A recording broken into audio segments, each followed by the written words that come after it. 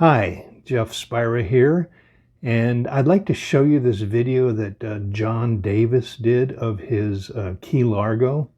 Now, he took it out in the open bays of North Carolina, which is between the outer banks, the outer islands, and the shoreline, the main shoreline. And he took some great photos of it, great videos of it, some with a drone, so it came out really beautiful. So go ahead, let's have a look at it now.